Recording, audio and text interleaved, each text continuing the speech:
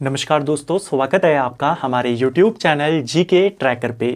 देखिए फ्रेंड, आज के वीडियो में हम बात करेंगे जो हमारी एक सीरीज है Uttarakhand GK book wise MCQ series, जिसमें हम उत्तराखंड की इंपॉर्टेंट किताबों को बुक वाइज एमसीक्यू के फॉर्मेट में कवर कर रहे हैं। इस सीरीज के अंतर्गत जैसे आप सभी जानते हैं, हमने सबसे पहले बलोदी जी की पुस्तक को कवर किया, अजय सिंह रावत जी की पुस्तक को कवर किया और अब हम धामी जी की पुस्तक को यहाँ पे कवर कर रहे हैं। अभी तक हमने इस किताब से 5 क्लासेस कवर कर ली है, एमसीक्यू के रूप में सवालों को देख लिया है। आज हम इस किताब से 6ठी क्लास यहाँ पे कवर करेंगे। अगर आपने इस सीरीज की पिछली क्लासेस को नहीं देखा है तो प्लेलिस्ट में जाकर आप उनको देख सकते हैं। तो चलिए दोस्तों, आज की वीडियो को शुरू करते हैं। आज का हमारा पहला सवाल है, पौरव काल में पदातिक सेनापति को क्या कहा जाता था। वहीं से आगे कंटिन्यू करेंगे जहां पर लास्ट वीडियो में छोड़ा था। लास्ट वीडियो में हमने पौरव राजवंश के बारे में बात करी, इनके राजाओं के बारे में जाना और अब हम इनके जो उस समय महत्वपूर्ण अधिकारी थे उनको देखेंगे। पौरव काल में जो सेना का प्रमुख होता था, यानी जो सेनापति होता था, उसे बलाध्यक्ष कहते थे। लेकिन जो पदातिक सेनापति होता था, यानी पैदल सेना का पति होता था, उसे कहा जाता था जमनपति। इसका उत्तर होगा ऑप्शन डी यहाँ पे। तो सही आंसर क्या हो जाएगा? जमनपति। ये कौन होता था? पदातिक सेनापति। अगर पूछेगा प्रभातार, ये क्या होता था पौरव काल में? महाअंगरक्षक को कहा जाता था प्रभातार। संधि विग्रहक, ये आज का विदेश मंत्री के समान होता था। ठीक है। भोजनालय की व्यवस्था देखने वाला अधिकारी होता था। पौरव काल में कौन सा अधिकारी है जो भोजनालय की व्यवस्था को देखता था? यानी प्रधान रसोइया। पेपर में सवाल बना हुआ है, प्रधान रसोइया होता था सुपकारपति। ऑप्शन बी सही आंसर होगा। कुछ जगहों पर दिया है कि यह पौरव काल में था, कुछ जगहों पर दिया है कि पवार काल में प्रधान रसोइया सुपकारपति था। आपने पहला रेफरेंस इसे पौरव राजवंश के साथ जोड़ना है। फिलहाल आपने सिर्फ इतना याद करना है कि उत्तराखंड के प्राचीन इतिहास में जो सुपकारपति है, यह किस चीज का अधिकारी होता था? ये प्रधान रसोइया यानी भोजनालय की व्यवस्था को देखने वाला अधिकारी। ठीक है। विषयपति कौन होता था? विषयपति प्रशासनिक इकाई का प्रमुख होता था। ठीक है, यानी जिलों का प्रमुख। महासत्रपति, उस समय जो उत्सव आदि आयोजित किए जाते थे तो उत्सव अधिकारी इसको कहा जाता था। और दिविरपति, यह आपका लेखक वर्ग का प्रधान होता था। ठीक है। नेक्स्ट है, पौरव काल में आने जाने वालों की देखरेख करने वाला अधिकारी कौन होता था? आने जाने वाले लोग यानी उन पर निगरानी रखने का काम कौन सा अधिकारी करता था? ये काम राज दौवारिक करता था। ऑप्शन बी सही आंसर हो जाएगा। इसके अलावा और कौन कौन से इंपॉर्टेंट अधिकारी पौरव काल में होते थे? जैसे दिविरकोट हमने देखा, लेखकों का मुख्य होता था, यानी प्रमुख लेखक उनका हो गया। एक होता था इनका जिसे बोला जाता था भौगिक। ठीक है। और एक होता था इनका भागिक। दोनों के दोनों कर अधिकारी थे। यह आपका ये जो भौगिक है ये टैक्स ऑफिसर होता था और भागिक स्पेशली भू राजस्व अधिकारी या भूमि कर अधिकारी होता था। ठीक है। इसके अलावा कटुक शब्द गुप्तचर के लिए इस्तेमाल होता था और जो भौतिक शब्द है यह प्रांत के अधिकारी के लिए इस्तेमाल होता था। ठीक है। जो राजमहल का रक्षक होता था उसे कोठाधिकरण कहते थे। जो राज परिवार का रक्षक होता था यानी महाअंगरक्षक, उसे प्रतिहार कहा जाता था। ठीक है, इसे भी ध्यान आपने रखना है। और राजाओं को लिए जो प्रार्थनाएं की जाती थी उनको दूर दूर तक लेके जाने वाला व्यक्ति भी कौन होता था? उसे कारगिक कहते थे। ठीक है। अगला, पौरव काल से संबंधित निम्न कथनों पर विचार करें और इनमें से कितने गलत हैं उसका चयन करें। कौन से सही हैं, कौन से गलत हैं ये नहीं बताना है, कितने गलत हैं वो बताना है। पहला, पौरव काल में भू राजस्व उपज का 1/6 भाग लिया जाता था। पहला आपका बिल्कुल सही है। पौरव काल में भू राजस्व उपज का 1/6 भाग लिया जाता था। ठीक है। इस काल में भूमि का मापन 3 इकाइयों में निर्धारित था, जो गुप्त काल की भूमि मापन इकाइयों से प्रभावित था। पौरव काल में भूमि का मापन मुख्य तौर पे 3 इकाइयों के माध्यम से किया जाता था। ये मापन इकाइयां द्रोणवापम, कुल्यवापम और खारीवापम कहलाती थी। बेसिकली पौरवों ने गुप्त राजवंश की ही जो प्रशासनिक व्यवस्था थी उनको अपनाया था हर्षवर्धन ने, और हर्षवर्धन से इनको अपनाया था फिर किसने? पौरव राजवंश ने। ठीक है।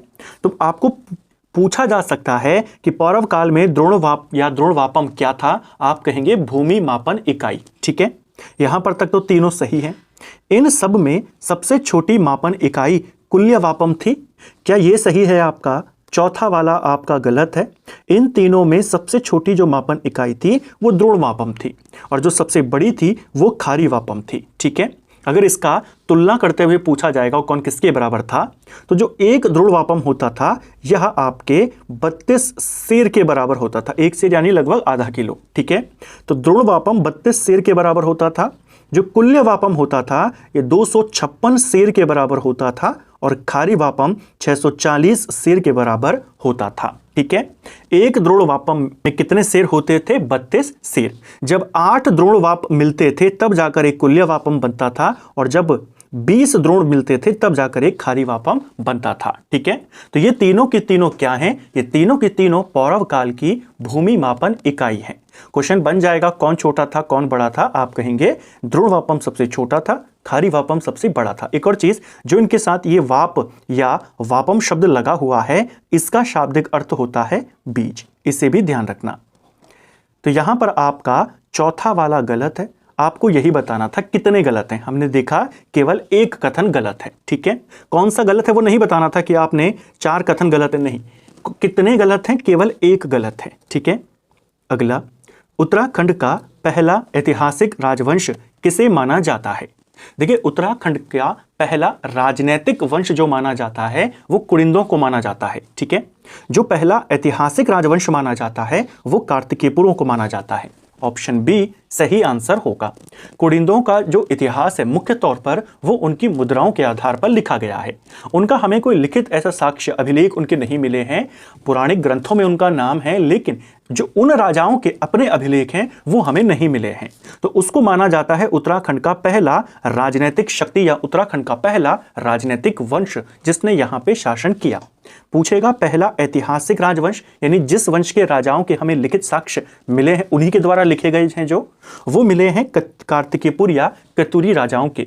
इनके हमें अभी तक 8 अभिलेख मिल चुके हैं। कुछ जगहों पर 8 है, कुछ जगहों पर 9 है। आपने दोनों को ध्यान रखना है।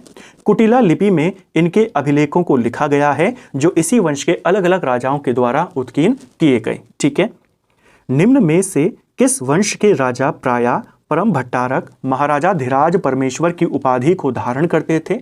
ये भी एक इंपॉर्टेंट क्वेश्चन है। इसी से मिलता जुलता एक क्वेश्चन पेपर में बना था आपके पास। देखिए, ये जो उपाधि थी इसे कतूरी वंश के राजाओं ने धारण किया था। ऑप्शन बी सही आंसर हो जाएगा। इसके अलावा कतूरी राजाओं ने एक और उपाधि को धारण किया था, गिरिराज चक्र चूड़ामणि की उपाधि। ये पेपर में आया था आपसे कि ये वाली उपाधि किसने धारण करी है? कतूरी या कार्तिकेयपुर राजाओं ने करी है। इन्होंने कई शताब्दियों तक उत्तराखंड में शासन किया। 300 साल तक शुरुआत में ये जोशीमठ में शासन करते रहे और बाद में फिर बैजनाथ में इनका शासन प्रारंभ हुआ। ठीक है, कतूरियों की दरबारी भाषा क्या थी? लास्ट वीडियो में भी हमने इस बारे में बात करी थी कि इनकी 2 भाषाएं और एक लिपि को आपने ध्यान रखना है। अगर पूछेगा कतूरियों की जो अभिलेख मिले हैं वो किस लिपि में मिले हैं, आप कहेंगे कुटिला लिपि में। ये क्या है? ये लिपि है। ठीक है, तो गलत हो जाएगा। पूछेगा कतूरियों के काल में या कार्तिकेयपुर राजवंश के काल में जो लोक भाषा थी, यानी जो आम बोलचाल की भाषा थी, वो क्या थी? उसका नाम था पाली। ठीक है, और जो राजभाषा थी यानी जिसमें सारा ऑफिशियल काम होता था वो संस्कृत थी। तो कतूरियों की राजभाषा संस्कृत या उनकी दरबारी भाषा संस्कृत थी। ठीक है, कार्तिकेयपुर राजाओं के ताम्रपत्रीय लेख निम्न में से किस स्थानों पर मिले हैं? कार्तिकेयपुर राजाओं के जो हमें अभी तक 8 से 9 ताम्रपत्र या इनके अभिलेख मिले हैं, अलग अलग जगहों से मिले हैं। हमें पांडुकेश्वर से मिले हैं, पांडुकेश्वर से लगभग 4 के करीब मिले हुए हैं। कंडारा से मिला हुआ है, चंपावत से मिला हुआ है, बैजनाथ से मिला हुआ है। इन सभी जगहों से हमें कतूरियों के ताम्रपत्र मिले हैं। जगह पूछी जा सकती है, ध्यान रखेंगे। जो पांडुकेश्वर है, यहां से हमें जो 4 ताम्रपत्र मिले हैं वह उसमें ललित सूर्यदेव का है, देशट देव का है, सुभिक्ष राज का है और पद्मत देव का है। ठीक है, इसके अलावा कंडारा से भी ललित सूर्यदेव का हमें मिला हुआ है। चंपावत के बालेश्वर मंदिर से हमें देशट देव का मिला हुआ है। ठीक है, तो यहां पर आंसर होगा ऑप्शन डी। ठीक है, अगला, कार्तिकेयपुर राजवंश के पहले 3 परिवारों के कुल कितने नरेशों ने उत्तराखंड पे शासन किया था? कार्तिकेयपुर राजवंश के जो शुरुआती 3 परिवार थे जिन्होंने लगभग 300 से 350 साल तक शासन किया, इस अवधि में इन 3 परिवारों से 14 राजाओं ने यहाँ पे शासन किया। ठीक है, इनमें सबसे पहला कौन था? सबसे पहला था बसंत देव। सवाल आता है कार्तिकेयपुर वंश में पहले परिवार का पहला राजा कौन था या इस वंश का संस्थापक कौन था? तो आप कहते हैं बसंत देव। बसंत देव परिवार से फिर राजा बनते हैं कौन कौन? बसंत देव का पुत्र बनता है जिसका नाम अभिलेखों में अब स्पष्ट नहीं है, वो मिट गया है। बसंत देव के बेटे के बाद खरपर देव राजा बनता है, फिर त्रिभुवन राज यहां पे करता है। ये था पहला परिवार। फिर आता है दूसरा परिवार जिस वंश का संस्थापक था निम्बर देव। इसको ध्यान रखेंगे। निम्बर देव के बाद उसके वंशज इष्टगण, ललित सूर्यदेव, भूदेव ये शासन करते हैं।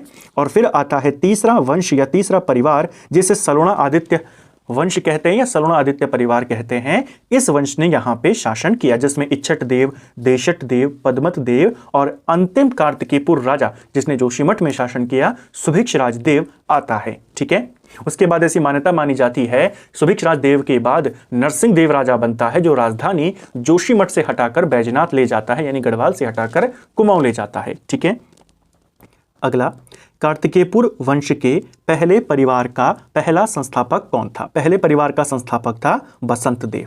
ऑप्शन बी सही उत्तर होगा। दूसरे परिवार का जो संस्थापक था वो निम्बर देव था।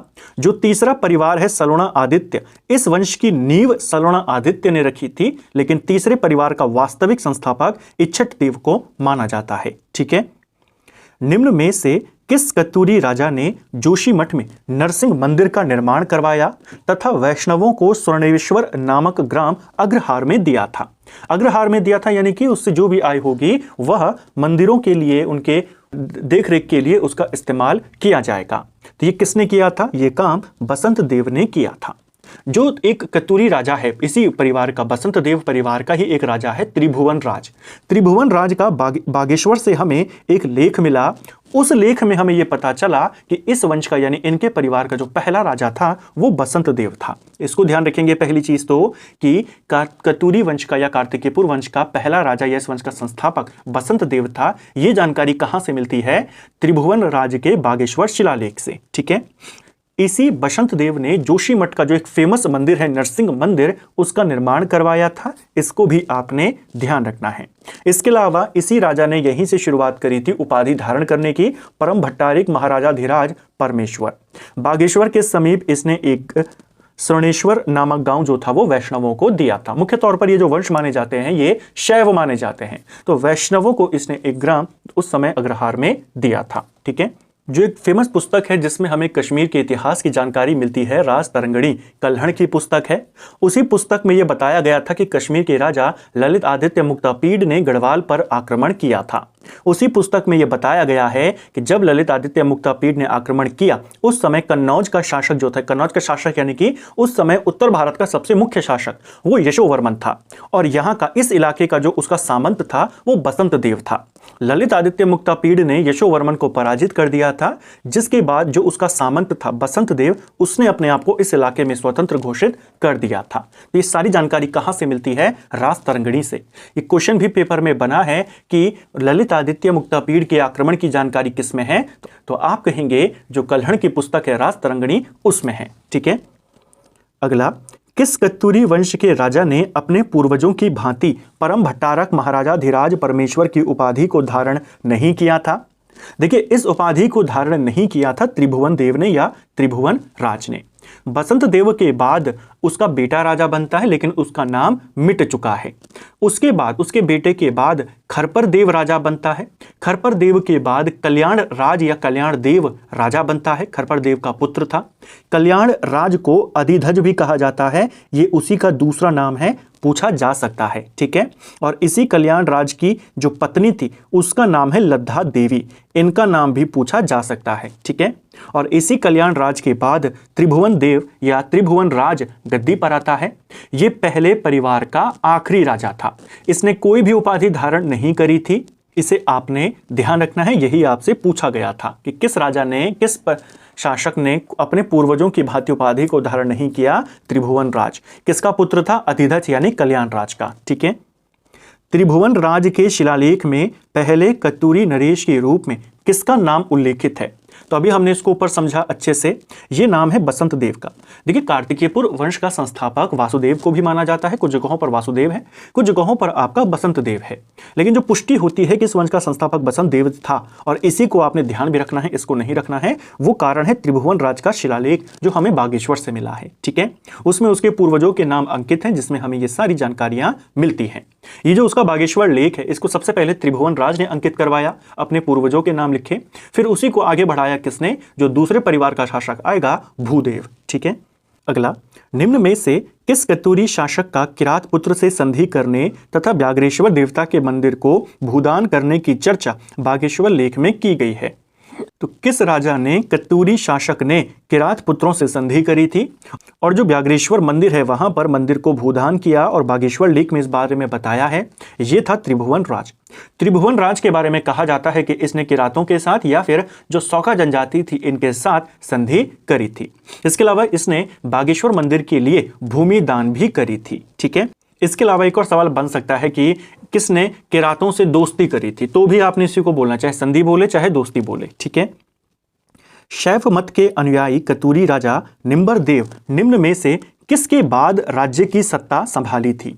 निम्बर देव किसके बाद राजा बना था? कई बार क्रम पूछ लेता है, जैसे मैंने आपको हर बार कहा है, 14 राजाओं ने, पहले जो शुरुआती 3 वंश थे, 3 परिवार थे, उसके 14 राजाओं ने शासन किया। नाम पता होने चाहिए क्रमवार।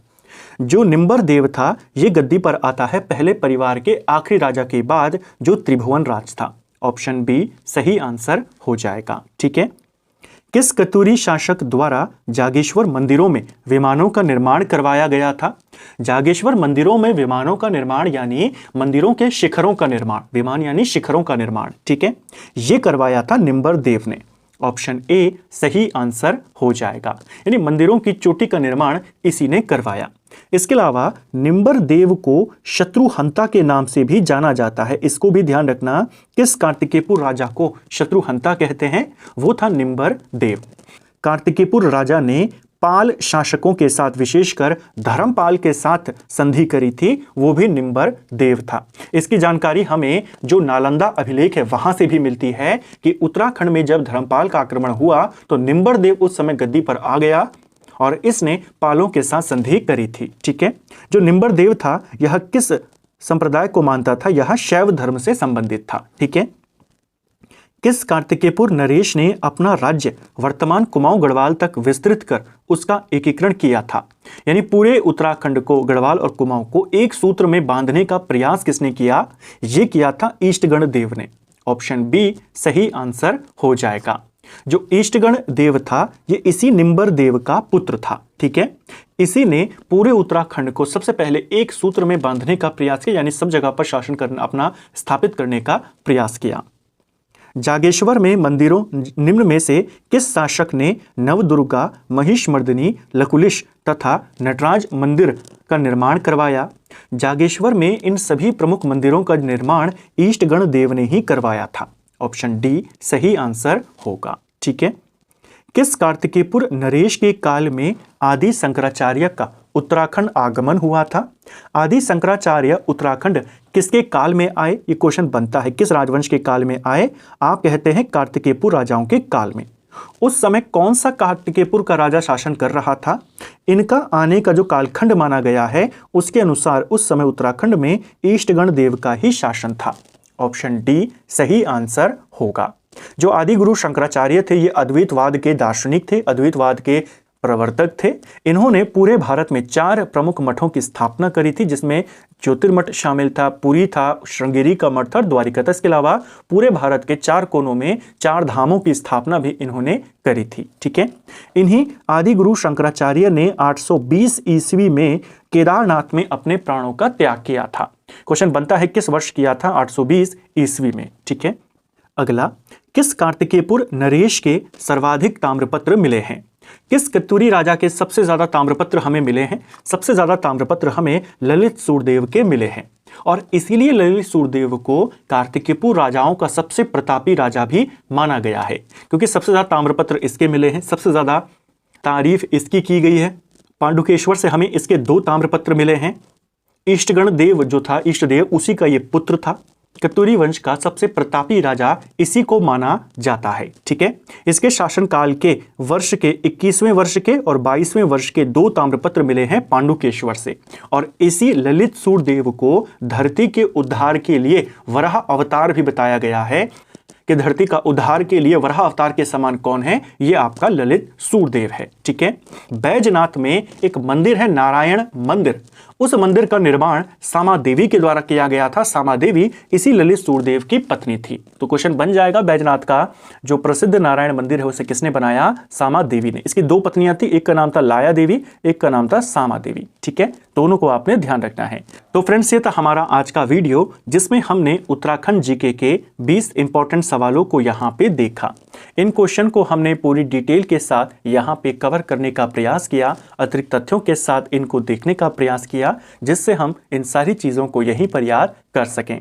आगे यहीं से कंटिन्यू करेंगे अगली क्लास में, जिसमें कार्तिकेयपुर राजा जो और थे उनके बारे में जानेंगे। फिर राजधानी परिवर्तित हुई, क्या उसके कारण थे, फिर जो कत्यूरी वंश वहां पर कहलाए, यहाँ पर कार्तिकेयपुर कहलाए, वहां जाकर कत्यूरी कहलाए, उनकी कौन कौन सी इंपॉर्टेंट शाखाएं थी, उनसे क्या क्या सवाल आते हैं, वो सब अगली क्लास में कवर करेंगे, यहीं से आगे कंटिन्यू करते हुए। उम्मीद करता हूं आपको आज का वीडियो पसंद आया होगा।